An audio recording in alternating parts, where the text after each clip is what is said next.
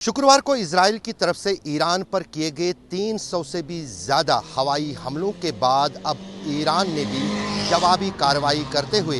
Israel के कई ठिकानों को निशाना बनाया है। ईरान का कहना है कि कई दर्जन जो बैलिस्टिक मिसाइल है उनका प्रयोग करते हुए इजराइल के कई शहरों को निशाना बनाया गया, जिनमें तेल अवीव और जेरूशलम के साथ साथ गलीली का इलाका भी शामिल है। यहाँ तक कि खबरें ये भी आ रही हैं कि जो रक्षा मंत्रालय का मुख्यालय है तेल अवीव में इजराइल का, उस पर भी ईरान का एक रॉकेट जो है, एक मिसाइल जो है वो टकराया है और उससे रक्षा मंत्रालय की इमारत को पूरी तरह से ध्वस्त कर दिया है। यहाँ तक कि इजराइल की तरफ से वहाँ के मीडिया को आदेश दिया गया है कि वो रक्षा मंत्रालय की इमारत की तबाही की तस्वीरें ना ही टीवी पर दिखाएं और ना ही उन्हें सोशल मीडिया पर जारी करें। ईरान ने कल ही साफ किया था कि जो इजराइल की तरफ से उनके सैनिक कमांडरों का कत्ल और साथ ही साथ न्यूक्लियर साइंटिस्ट्स के कत्ल के बाद वहाँ पर न्यूक्लियर ठिकानों को और निशाना बनाया गया था इजराइल की तरफ से, उसकी जवाबी कार्रवाई में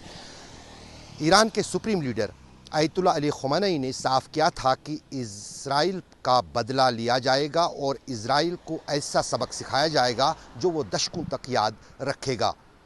अभी फ़िलहाल जिस अंदाज से ये हमले जारी हैं, उस बीच इजराइल में भी भारी तबाही मची है। यही कारण है कि इजरायली सरकार ने लोगों को अंडरग्राउंड बंकरों में रहने की सलाह दी है और साथ ही साथ सभी उड़ानों पर फ़िलहाल तेल अवीव और बेन गुरियन एयरपोर्ट पर रोक लगा दी है।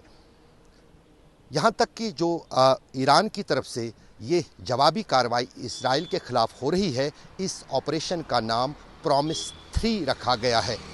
और इस जवाबी कार्रवाई में ईरान ने अब तक के सबसे बड़े और लॉन्ग रेंज बैलिस्टिक मिसाइल्स का इस्तेमाल इजराइल के ख़िलाफ़ किया है। विश्व में अब चिंता ये हो रही है कि कहीं ना कहीं ईरान और इजराइल का ये युद्ध पूरे जो खाड़ी के देश है उनमें न फैले। अमेरिका की भी पैनी नज़र